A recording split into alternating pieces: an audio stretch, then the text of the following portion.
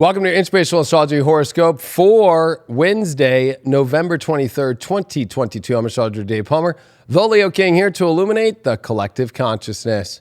Well, thanks so much for being a part of HighVibe.tv. Truly appreciate it. My big New Year's Eve event, or at least not just mine, but HighVibe TV's New Year's Eve event is happening on New Year's for Friday and Saturday, the Eye of the Vulgar. This will be my 5-year presentation like I did 5 years ago, where I make my big predictions. And of course, that was Rising Through the Darkness. I did it at the LAX Hilton. Friday, I'll be doing my awesome intro like I do, my stand-up comedy of what the next 5 years for each sun sign is. Then we're going to be doing an awesome panel. And then, of course, I have some awesome VIP options that are going to be special for here at High Vibe TV on Friday night. Then Saturday, on New Year's Eve, is going to be my big talk, of course, my lecture of the next 5 years called The Eye of the Vulgar. Then we're going to be having Anne doing an awesome history panel while others could be getting readings with other high vibers here.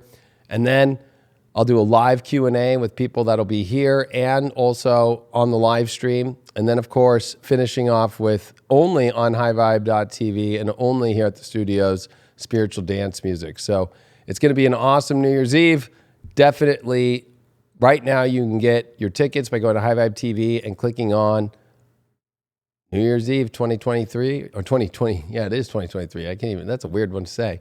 But also at the same time, I got to say, not only tickets, but also pay-per-view, but we're having an early bird sale. That's kind of a way of doing kind of like a week long here of Cyber Monday, where you can get a discount for the pay-per-view or a discount for tickets, VIP, and all that stuff. That's going to be all fully launched here by the end of today, Wednesday. Well, happy new moon, everybody. Welcome to this Sagittarius new moon. And we are going to have Jupiter that is stationing direct and also in a trine, but it's at the last degrees of Pisces. So it's waking up this Jupiter-Neptune conjunction. Last one we had, of course, was in 1856. And this 2022 has definitely been a foggy one, to say the least. We are looking at the bigger macro of things, not the micro. And we have to remember, this is definitely a time for a much more positive energy in our life. It's one where we're going to be seeing that more positive energy. We have Mercury, Venus at the same time too, that have been conjuncting throughout the week. And we're finally seeing Mercury separate from Venus, but we're seeing an awesome energy where we're actually going to see more social energy, much more extroverted energy. We have to remember though that Mercury, this is not Mercury's party. This is Jupiter's party. This is Sag's party, and Jupiter's the ruler of Sag. So there's definitely a much more Jupiterian energy to this. But we have to also know on this new moon, as it's positive and it's good, we just went through a very grueling month of eclipses and South Node Scorpio energy, where all these planets that are in Sag right now have all gone through 2 dark moons in Scorpio. You know, we have to remember that this has definitely been us going through a lot. So this is definitely a bright spot of hope. But we also have to be smart. Mars is still retrograde, of course, in Gemini, and we're preparing in this new moon cycle for some massive oppositions and some massive T-squares to Neptune, which is stationed and not moving for over the next week till it comes direct on December 3rd. So the good news, though, Jupiter direct in Pisces, definitely the Jupiterian energy feeling better, but everything that's been under the rug, any subconscious energies we've learned from, we have to put into an understanding. We are definitely going on to new stories. We are definitely going into new roads. We are definitely taking things that are wholesome to new roads. We have to remember that it's about this North Node Taurus energy with Uranus that's here.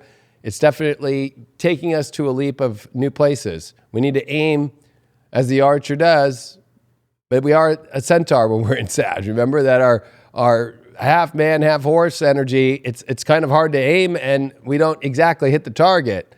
But, you know, we have to remember to stay on the intuition right now that definitely is so giving us the messages of what we know if we don't do or we keep slacking on will go bad. So this is where we get the opportunity now to actually develop the hope, develop the understanding of what needs to be done. And Jupiter in Pisces is giving us the blessing of that understanding.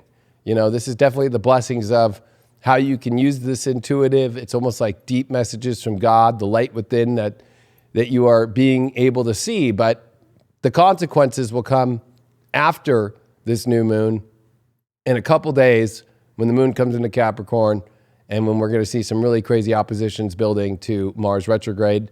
We have to remember at the same time too,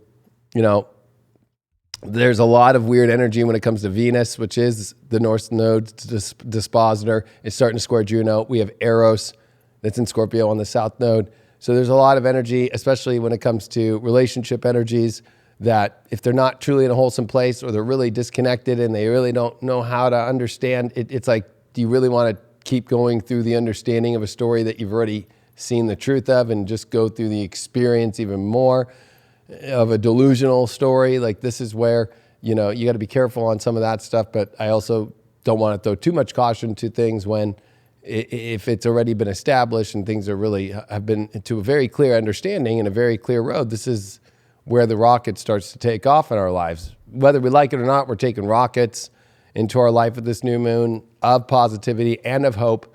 But I think that we need to understand that it is Mars that is in the opposition in Gemini. It's been drowning in the square to Neptune. It's just coming off that square.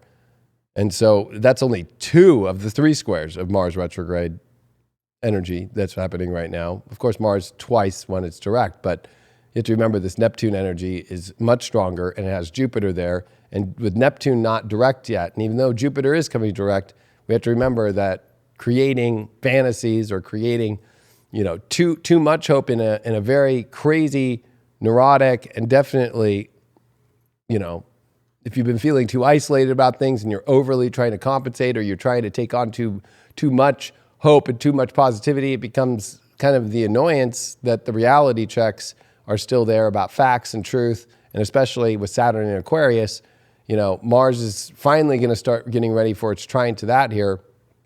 And that's definitely going to be like trying to pick Mars up and pick our energy to get going again up. There's Pluto, of course, in Capricorn, and it's on its way to Aquarius in March. And it's reminding us that there's this deep part of ourselves that need to stay on top of things. So enjoy this holiday, enjoy this new moon, and remember that it's a holiday when we take care of the things that we need to, that we're still on top of the game on things, and we use this wide perspective to understand that there's micro things that need to be taken care of. There's facts that need to still be figured out.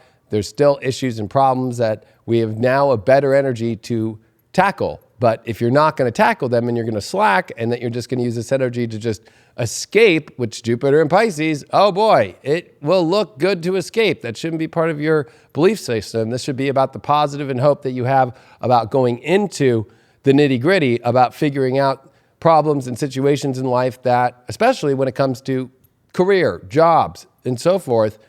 Look at what Saturn and Aquarius is doing. It's been shattered with this square to Uranus over the last 2 years. And so the shadow reality is continuing. And so you want to use this energy to be prepared, to be open, to be positive about what you've already been getting messages for, and you will continue. But if now with Jupiter direct, Jupiter only pays when you pay attention to it. And so if you're paying attention to what your intuition's telling you is not going to do good for the story, don't do it. Or stop doing what's stopping you from having a bad situation happen, right? This is where we can slack. This is where we can get lost into things. We have to remember that there is going to be massive confusion and massive amounts of craziness as we come out of the weekend after this holiday. So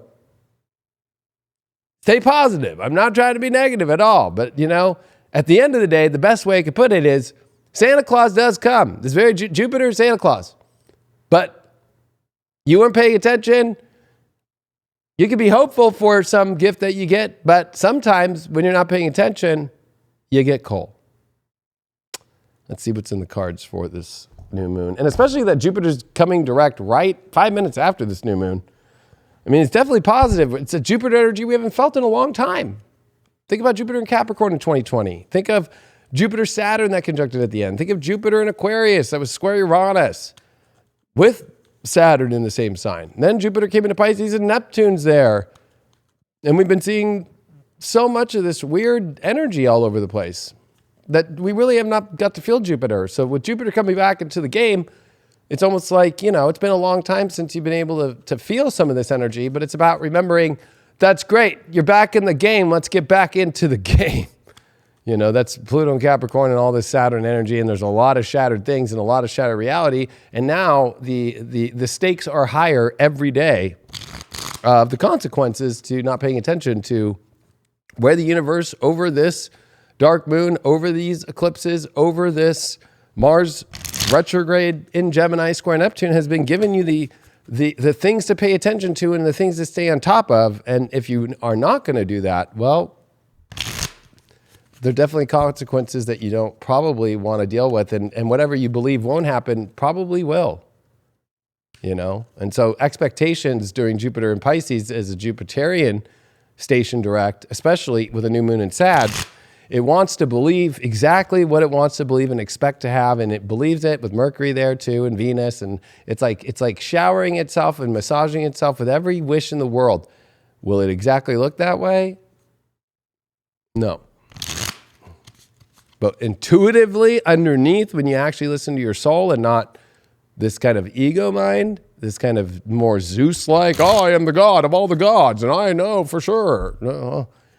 That's going to be where it could really fuck you up. You're going to have to stay on top of things as much as possible.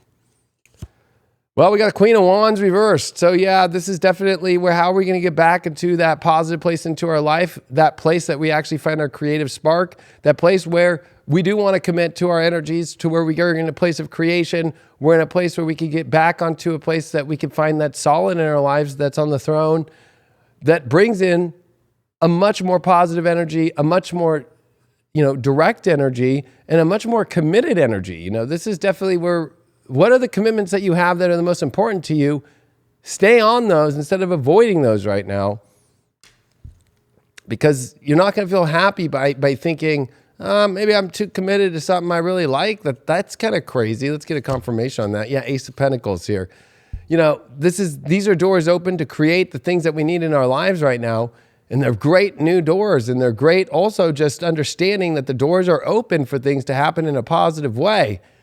We want to keep going through those doors, and those doors are what the doors are. Instead of looking at what you believe and hope the door will be, realize the reality check of what doors are opening for you, so you don't fall into the position where you don't feel like you're on the throne that you need, or that you're not on the place that you really want to be, or especially, Queen of Wands is a card of loyalty.